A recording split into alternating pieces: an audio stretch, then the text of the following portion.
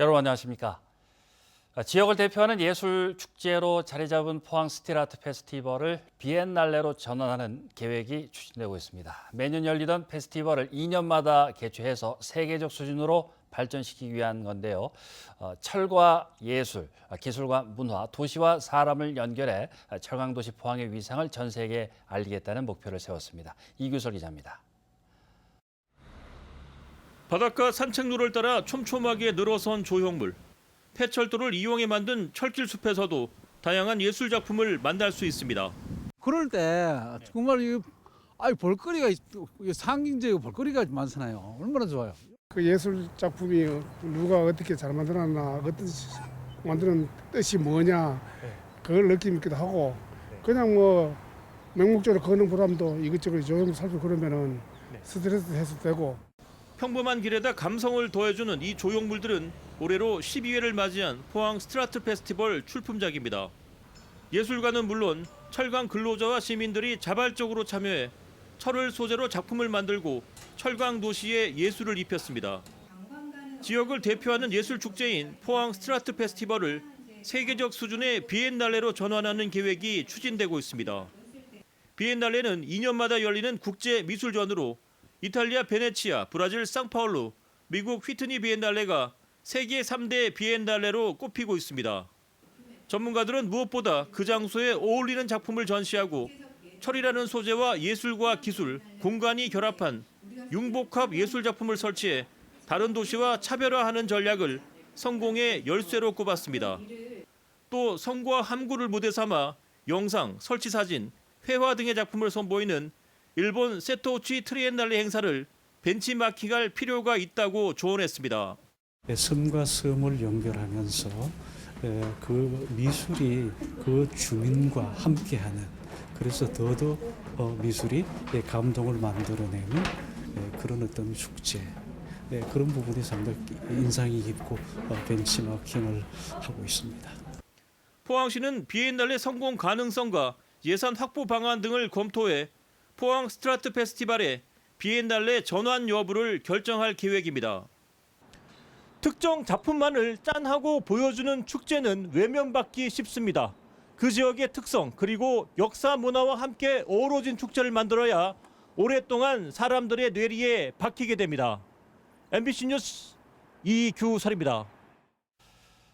포항 지진 손해배상 소송 참가자가 1개월 사이에 17만 명 추가됐습니다.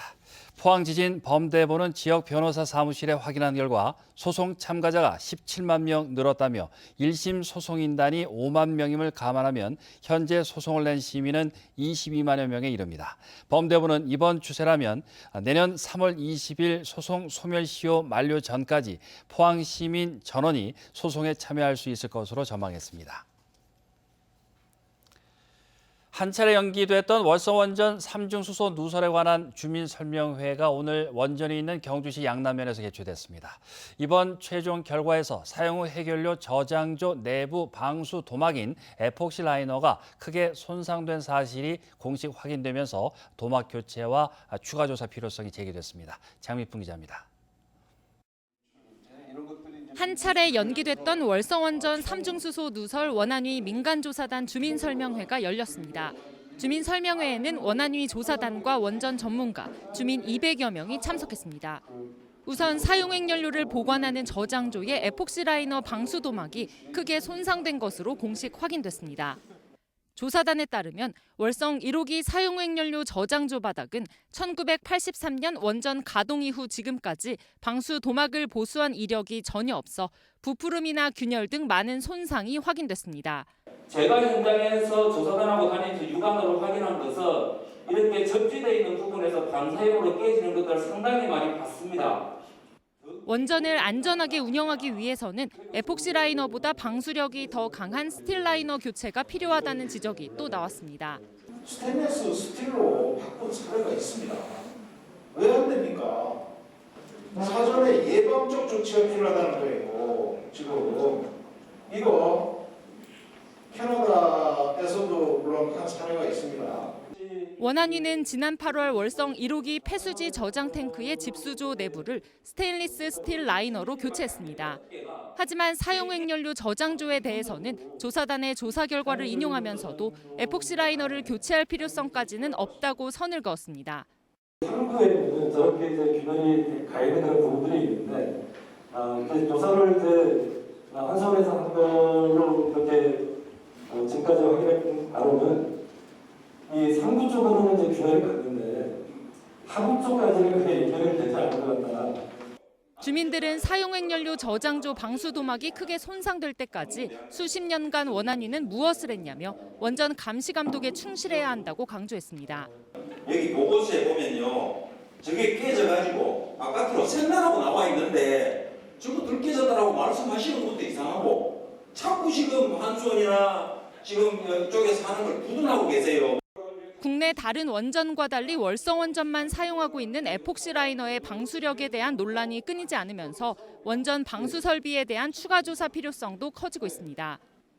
MBC 뉴스 장미쁨입니다.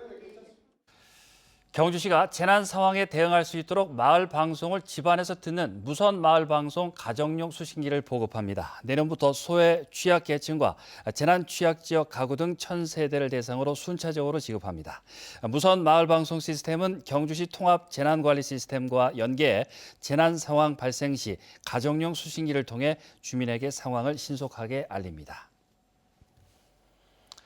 농촌과 공단 지역 외국인들 사이에서 신종 마약 유통이 끊이질 않고 있습니다. 야바라는 환각 효과가 강한 합성 마약이 있는데 이 야바를 야구공 속에 숨겨 무더기로 국내에 들여온 태국인 일당이 붙잡혔습니다. 손은민 기자입니다.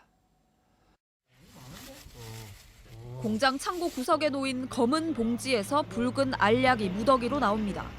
입을 딱 뒤지니까 바로 나오더라고요, 이거. 필로폰과 카페인을 섞어 만든 야바입니다.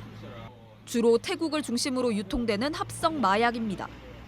현장에서 압수된 것만 6만 7천 정, 야바 압수 규모로만 역대 두 번째로 많은 양입니다.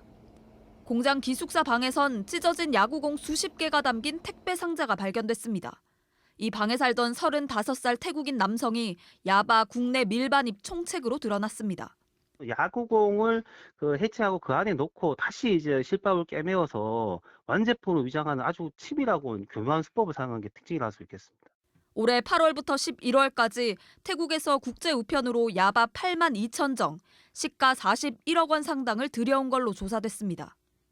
각 지역의 중간 판매책에겐 눈에 띄지 않는 곳에 마약을 숨겨두고 거래하는 던지기 수법으로 전달됐고 태국인 근로자가 많은 농촌과 공단을 중심으로 유통됐습니다. 마약을 구매한 태국인들은 기숙사 등에 함께 생활하며 마약을 집단 상습 투약하고 환각 상태에서 근무도 한 걸로 드러났습니다. 경찰은 투약자 포함 태국인 47명을 붙잡았고 밀반입 총책과 판매책 등 16명을 구속했습니다. 또 인터폴과 공조해 태국 현지에서 마약을 보낸 공범 5명을 쫓고 있습니다. MBC 뉴스 손은민입니다. 내년 떠오르는 새해 첫 해는 아침 7시 26분 독도에서 가장 먼저 볼 수 있습니다. 한국천문연구원은 해발 고도 0m 기준 주요 지역의 올해 12월 31일 일몰 시각과 내년 1월 1일 일출을 발표했습니다. 육지의 첫 해는 7시 31분 울산 간절고지며 포항 호미곶은 1분 늦은 7시 32분, 강릉 정동진은 7시 39분입니다. 산업통상자원부는 오늘부터 한 달 동안 전국 행정복지센터에서 취약계층 가구를 대상으로 난방용 등유와 LPG 구입비 신청을 받는다고 밝혔습니다. 신청 대상은 등유와 LPG 보일러를 이용하는 기초생활수급자와 차상위 계층으로 가구당 최대 59만 2천 원을 카드 형태로 지원하며 내년 상반기에 주유소 등에서 신용카드처럼 사용할 수 있습니다. 한편 올해 등유 바우처와 연탄 쿠폰, 긴급 복지 지원 가운데 연료비 지원을 받은 가구 등은 이번 지원에서 제외하며 동절기 에너지 바우처를 받은 가구는 지원액을 차감한 나머지 금액만 지원합니다. 어젯밤 11시 58분쯤 경주시 성건동 상가 주택 3층에서 불이 나 2명이 몸에 2도 화상을 입고 크게 다치는 등 4명이 중경상을 입었습니다. 이 불로 3층 주택이 전소돼 소방서 추산 2,200여만 원의 피해가 났습니다. 소방당국은 1시간 만에 화재를 진압했고 신고자의 진술 등을 토대로 화재 원인을 조사하고 있습니다. 비어업인의 수산물 포획 해루질에 대한 규제 기준을 지자체가 정할 수 있도록 수산자원관리법이 오는 21일부터 개정 시행됩니다. 이에 따라 전국적으로 일률 적용됐던 규제 기준을 지자체별로 조례를 통해 지역 실정에 맞도록 조정할 수 있게 돼 어업 현장에 불필요한 갈등 해소에 큰 도움이 될 전망입니다.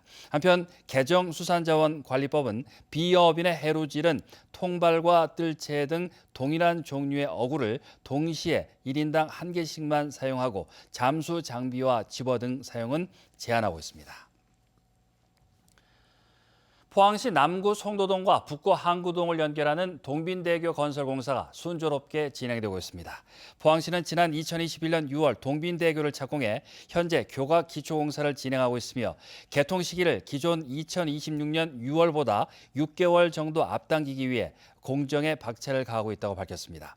총 사업비 738억 원이 투입되는 동빈대교는 길이 395m의 4차로 해상 교량으로 완공되면 북구 주거지에서 남구 철강공단으로 이동하는 출퇴근 시간이 크게 단축됩니다.